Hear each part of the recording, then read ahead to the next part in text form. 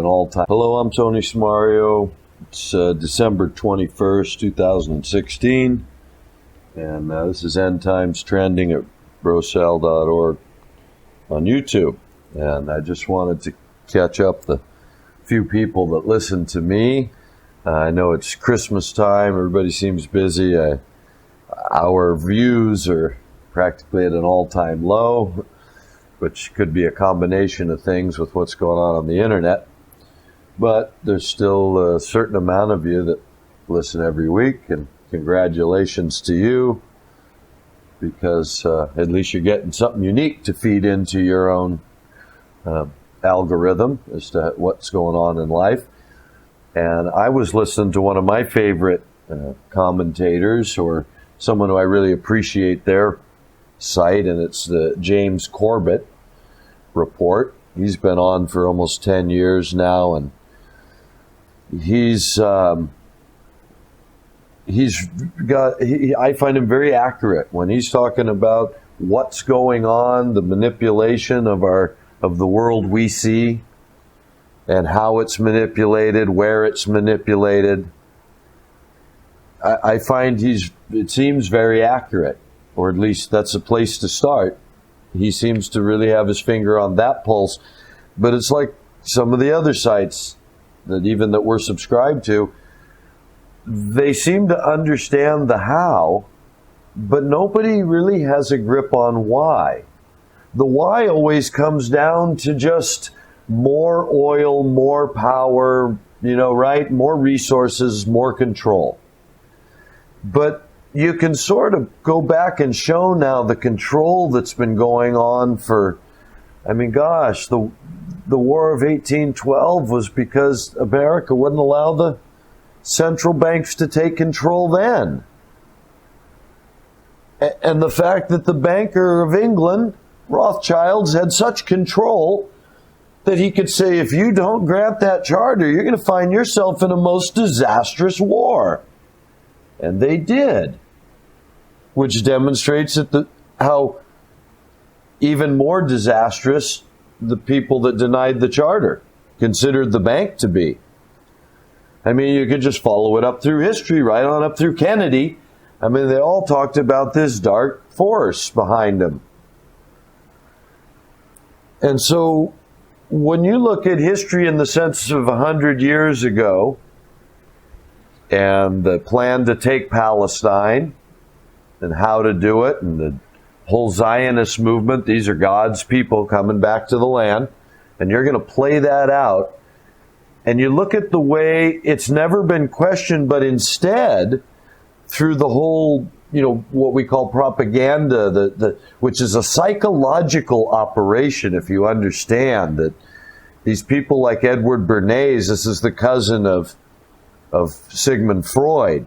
It all came out of the understanding of psychology and the way to play on people's fears, the predictability of human behavior and such, to create what then was sold, I suppose, supported monetarily through the marketing idea. They could sell cigarettes that kill you to everyone through doctors. Right? That's propaganda. Just like they can sell war to Christians, right? Through out and out lies and obvious wag the dog tactics. It's obvious. There were no weapons of mass destruction. What's the war in Afghanistan? 15 years. What's going on over there? Who do we have? What threat that it justifies us being in a country militarily for 15 years. When did we decide as the American people we had to police the world? When did that happen? And how many of these other people are attacking us? Hey, didn't you hear? There weren't 19 hijackers from Saudi Arabia on 9/11. That didn't really happen that way. Who were they? Where'd they come from? Who's attacking us? That we can justify the money and the manpower, the military build up all over the world to fight terrorism. It's, if you don't see it all as the end of a propaganda, string that's practically 100 years old. This is really I guess this is what I'm trying to get at. What's the end game? Nobody seems to keep their eye on the end game. All of this stuff is not just for these guys to have more wars, build more weapons, drill for more oil. That can't be true.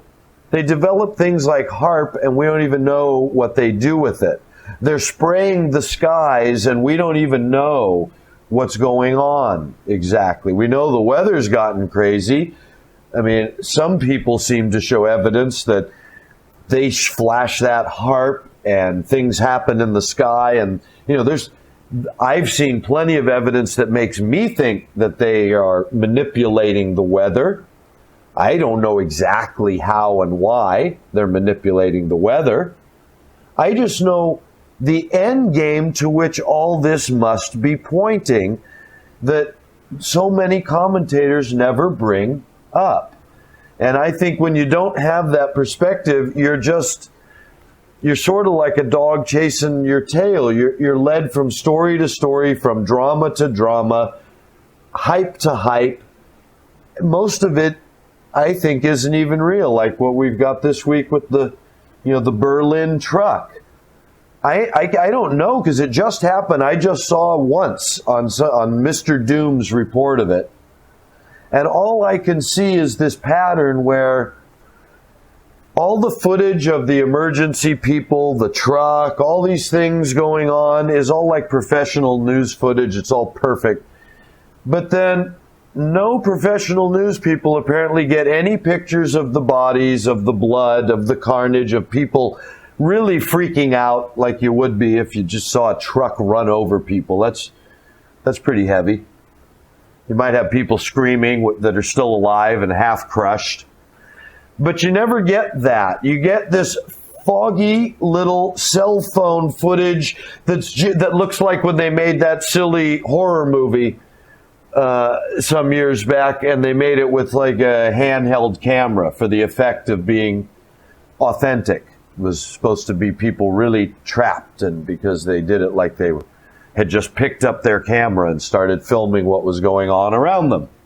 And so they show us the news that way, and the clips of everything that would justify the fact that somebody just killed 5 people with a truck, like close-up footage of the blood on the truck, a close-up of something even for a moment that was convincing. Oops, yeah, wow, that looks like someone that got run over by a truck. Do we ever see that? We see some foggy footage that cuts real quick. And so I find in our modern day, when you could have drones flying around taking footage if you wanted to, you never do get any footage shown in the news of these attacks. And then when you combine that with the way that they hire all these actors now for crisis acting, I mean, it's not a big secret that they're constantly running drills to prepare for crisis, in which trucks run over people, mass shootings, whatever. And they're enacting those things all the time as training drills. So when you start adding 2 and 2 together, you bring in Hollywood, you bring in the media, you have to suspect, man, this is a pretty big con, isn't it? This terrorism thing that isn't real. No weapons of mass destruction. No 19 hijackers from Saudi Arabia. What is this terrorism thing all about if it isn't connected to the Zionism thing that started 100 years ago? And if that's not connected to the Albert Pike thing, well, why don't we ever talk? How come nobody ever talks intelligently about the Albert Pike predictions? You either got the conspiracy theorists that talk about it as reality, or it gets explained away. Nobody in between. Nobody acknowledges that even if it was written after World War II, it's pretty eerie the way the next war seems to be lining up over the Islam and Zionism, over godliness and ungodliness, right? Those that follow God and those that follow no God, which is dividing America itself right now. So I keep wanting to offer this perspective of looking at an end game. What is it all about? They already have control of the people. They already have control of the resources. They already have control of the airwaves. And if you really sort of dig under the covers a little of what they allow us to see, it would seem they have technology we're unaware of. Tesla kind of, a la Nikola Tesla. They're doing stuff with electromagnetic that they're not telling us about. And if that's been also going on 100 years, or whatever, 70 years, then how much could we maybe expect our propaganda machine to be giving us all sorts of red herrings to follow? If you haven't watched anything about the idea that the sun isn't actually a burning furnace like a nuclear reaction, but a electromagnetic reaction. And that's why you can't go to the moon, because of these electromagnetic fields, the Van Allen belts and all this kind of stuff. It's really all got to do with electromagnetism, not heat energy. Anyway, I don't know the answer to it, but what I do know is when I look at the way they hide the truth from me and give me stories like going to the moon, give me stories like the magic bullet theory, confirmed through the Supreme Court or the, whatever the council is, the Warren Commission, you're right? Our highest peers in the land confirm to us the out and out lie. And they've been doing that for as long as we know our history. Native American Indians, Columbus, all these things. He didn't discover America. The Native Americans weren't savages. We sent smallpox and devastated them. We weren't Christians. We were savages who killed them mercilessly. We set them up and said they were savages and killed them mercilessly. That's just our history. Doesn't make every American today responsible. But darn it, you're a bit responsible for your ignorance if you imagine you're so free and great and that's not how you got here. And if you imagine that's not how they're getting where they're getting with Jerusalem right now and the Middle East. See, that's the end game nobody talks about. They don't really talk about Albert Pike's prediction. I don't know why. I mean, how many generals did they build a statue out of near the Capitol? How many generals from the Southern Army that lost? As far as I know, only one. Albert Pike. Chief, it just happens that he was the chief of Freemasonry. Right? So did he write these predictions? I don't know. All I know is the first two were pretty darn accurate. And when you go back to William Guy Carr, you realize, darn it, they knew even before World War II, whoever wrote it, what World War II was going to amount to. So to go back that far and imagine that something was, somebody didn't set into motion an idea that had a eventual outcome. It's not just this perpetual power struggle, this red team, blue team, good guys, bad guys, Islam against the West, Russia against America. No, none of that really exists in any of the people, You got to just know that. It's so important that your consciousness is in a different place. None of that's really going on, just like none of the people really support the politics in America, no matter which talking head puts it out. We get caught up in the drama of the moment because, like Obama 8 years ago, he was saying what needed to be said. Bush is doing it wrong. He's taking all these liberties. We're not looking after the elderly. We're not looking after health care. Right? And people were going, yeah. Well, how'd that turn out? So to imagine, that's why this whole argument over Hillary or Trump was just such a waste of everyone's consciousness.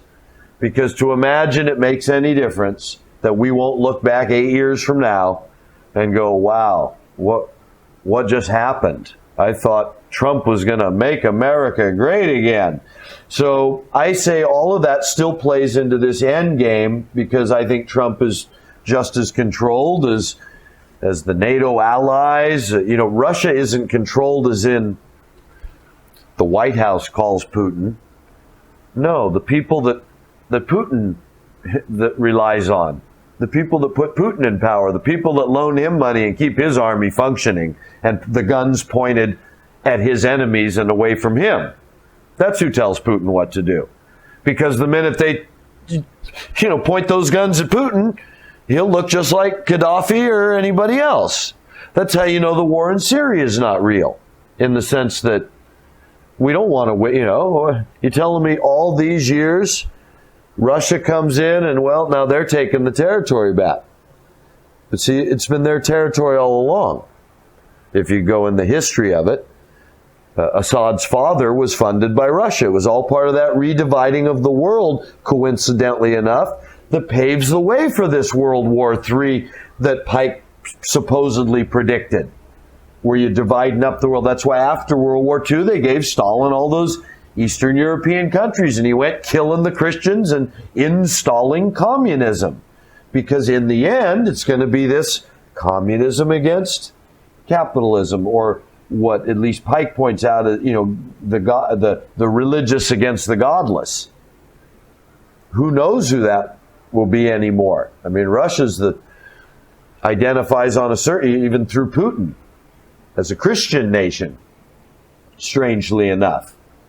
Where America, they're making it more and more illegal every day to be a Christian, or, openly. That's no longer the public.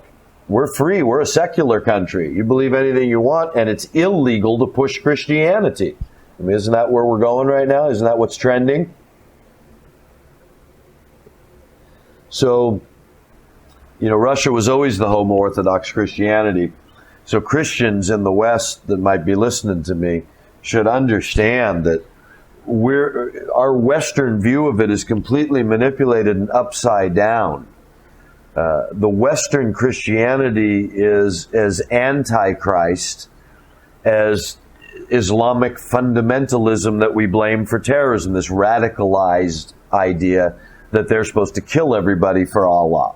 That's not it's not what Muhammad taught. That's not what their religion teaches. It's not what it produced. They lived with Jews for 1,000 years side by side since the Crusades. Christians, all over the Middle East. It's just been created recently over this Zionistic issue, because the people that understand these are not Semitic people returning to the land. Those people are welcome to come and live right next to Muslims and practice their faith like brothers or cousins,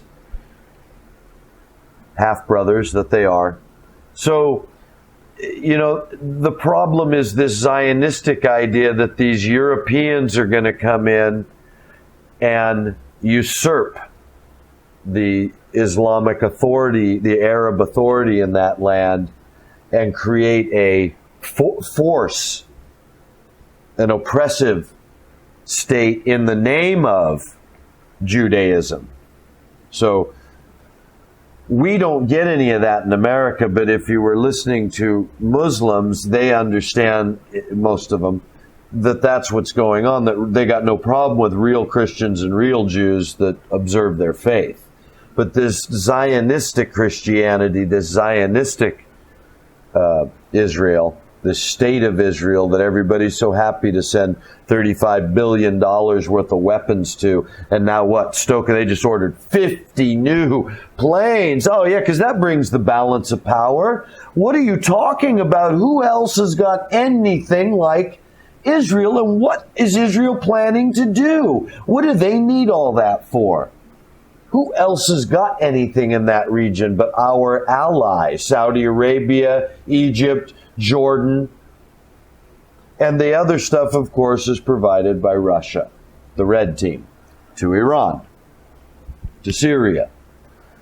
So, I think you have to see the world in this. You stand back far enough to see this red team, blue team paradigm that's been created to achieve a goal. And the goal is to bring the world to such a state that they can destroy the religious and non-religious, which of course includes real Jews and real Muslims, along with real Christians. See, all the religious and non-religious destroyed. So now if it's a Luciferian plan, for those of you who see it that way, well, then that makes sense, doesn't it? But even if it's a eugenic plan, if it's a materialistic plan of the strong survive, it still makes sense. If it's a tyrannical plan a la Machiavelli and the Prince, it makes sense. All these people in an age of mass communication are very dangerous to the establishment. All they have to do is get together, which is why it's this Middle Eastern people that we had to terrorize and disrupt, because they're close enough. They live their life around a theocratic sort of central ideal. Even though they have different ideas and are split off, they still live around that ideal, and it would be much easier for them to galvanize around their spiritual ideal against a non-spiritual ideal. So we've had to divide them, and they've been doing that for 100 years, because remember, the British promised the Hashemites to help them establish a caliphate once the Ottomans were gone. Well, once they helped get rid of the Ottomans, then the British stabbed them in the back, and instead they went and supported the Kingdom of Saud and radical Islam, which fought against the Hashemites, eventually killing the Hashemite king of Iraq. So that's how they stole the Iraq in the end from the Hashemites. So this has been going on a long time. This has not just started in Syria. It didn't just start in 9/11. That's why I say, what's the long game here? What's of such import that you're setting it up that long, that you're playing a 100-year game, and is that what's coming to pass? And so I say that the clues about where we're at have to do with the new President Trump, who I think there's a great transition coming, was one of the trending shows title a few weeks back, and I really believe that's the case.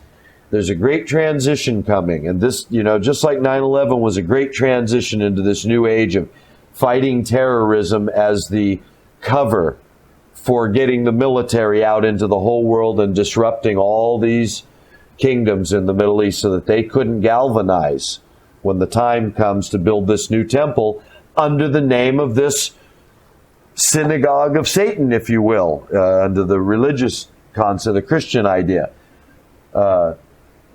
But even everybody's against these oppressors building their oppressive state capital and rebuilding their temple in the name of Judaism. Everybody's against that, except the people that are doing the Zionist movement that's doing it.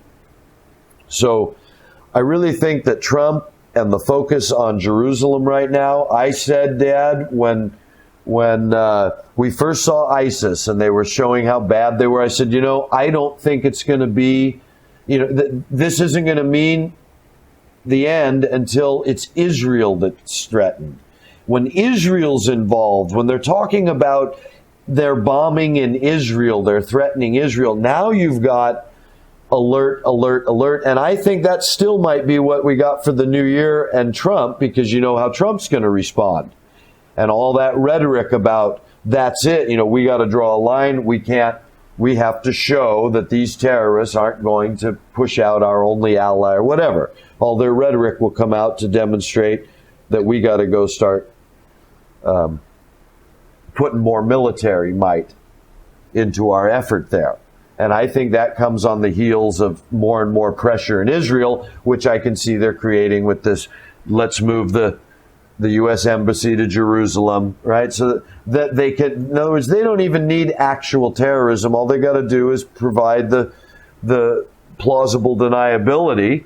Yeah, we move the embassy and boom, one of these Al-Qaeda, ISIS, son of a guns, these Palestinian, buggers that don't have anything. They're cut off from the world. They have nothing. They throw rocks, right, against an army that the most sophisticated, with the most sophisticated weaponry in the world.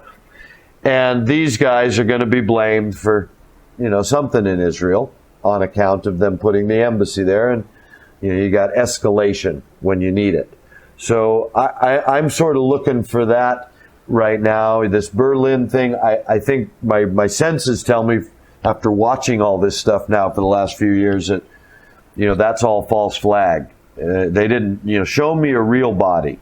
Don't show me that stupid footage. Like even the person, my girlfriend takes pictures with a camera all the time and footage of stuff.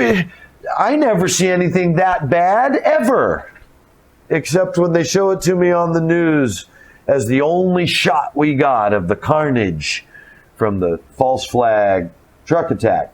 So either way, whether they actually set off one of their mind-controlled victims and make them go do something like this, I don't say it can't really happen. I just say it's all there for a reason. I've been saying Europe, look at how divided Europe is right now. Europe can't stand against what's coming. The people are completely divided. Anyway, I recently met a Syrian man who's moved when he was a young man to Canada and is a teacher and lives in Mexico now and is down here visiting on the coast. And it was very interesting. He's had family die now in this conflict and on the run, fleeing, refugees. And so it's really, as a Christian, your heart should go out to all the people in need. It's an absolute atrocity the way these supposedly Christian countries are treating refugees. Any refugee from anywhere. I mean, these signs, what would Jesus do? I mean, it's obvious what he would do. He'd open his arms and welcome anyone, even if they tried to kill him. That's what they did. And he still opened his arms and let them do it, according to the story. So if you're a Christian, I mean, man, how, this lunatic in Hungary, their prime minister saying, it's their Christian duty, their Christian right to keep the Muslims from taking over their country. I mean, I don't know what kind of Christianity these people are talking about. Just like many of the Americans I know. You better open your hearts to these people. The world's only going to get worse according to Christian scripture and Jewish scripture and Islamic scripture and Hindu scripture and Native American scripture and Aboriginal scripture. So we're in for a rough ride, you guys, this life. You really loving your neighbor seems to be the only way out of it for a Christian. And that means opening your heart to people in need, whoever they are. Stop, love your enemy is what Jesus said. So what do you care who your enemy is? You don't have any. You love your enemy as well as your friends. So anyhow, thanks for tuning in. I hope this is helping people sort through these times and have a bigger perspective.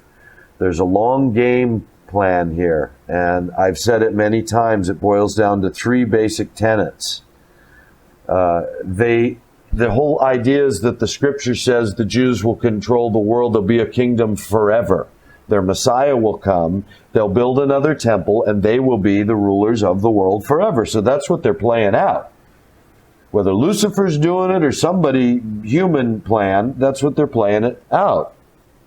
So in order to do that, they need a far less populated world because there's too many people to control. And it's time to switch to a new monetary system because the old one was always temporary. It was always a pyramid scheme. They knew that. You can't keep basing this printing money on nothing. Of course they're going to get inflation. Of course you're going to drive it. But when you control it all, you control the levels. Like your coffee pot. You can simmer it, turn it down, turn it back up, turn it down, turn it back up. So if you look at history, especially the monetary history that way, it's just what's gone on. Again, especially the last 100 years since they got their hooks in the Federal Reserve in America and really started rolling this plan out into 3 world wars. And so a centralized monetary system that's electronic is ultimate control. No more nationality. You can be a nationality. I say all that hype is meaningless. People are going to stop calling themselves England or France. You're not going to have sterling pounds and French francs anymore, and Deutsche Marks and Italian lira and US dollars. No, it's all going to be Bitcoin or whatever they decide to call their universal coinage. us coin, whatever they call it, that's what we'll all use. Everyone will be on that. And so you can speak any language, fly any flag. They don't give a crud about that. What did Rothschild say way back then? Give me control of a nation's money supply. I don't care what puppet sits on the throne. They're not doing nothing. I can loan money to his enemy. So, that's what's really going on is they're working this toward a goal. And I say the ultimate goal is, this world domination that they're fulfilling in their own eyes, whether artificially or for them genuinely. They're going to build a temple, hail their Messiah, and rule the world from Jerusalem. But before they can do that, it'd be nice if the world went to war and they wiped out China and a lot of Chinese people that might not want to go with this new system, right? And these Islamic people who are mostly, ideologically centered on theocracy and spirituality and God. They're not going to go for this. They're waiting for Jesus to return. Got to get rid of them. So, funny enough, that's just what the Pike prediction said back when at least William Guy Carr penned his book. So we know from before World War II, it's been in the, or he penned his book, I think, in the 50s, but he refers back to another book, which is apparently in print. So anyhow, you guys, these are the three things: depopulation, centralized currency for the world so they can rule the world from their new temple in Jerusalem. And that fits with eschatology, if you follow that, which we talk about. And I guess we'll do another show pretty soon here to reveal some more eschatological ties. But I see what's going on with Trump as a transition toward moving in this direction, whether it's going to happen in his term or whether it's just this, like 9/11, a big turn toward the future, which is Jerusalem rebuilding the temple, wiping out most of the population of the world through what Scripture says is famine and pestilence and violence, war. So it's a tough time. Love your neighbors, the best thing to do. And thanks for being here, listening. Hope you subscribe and maybe even support us so we can, keep researching and doing our best to bring you a perspective that others aren't. Anyway, appreciate you folks that are out there every week. Good luck to everybody. God bless.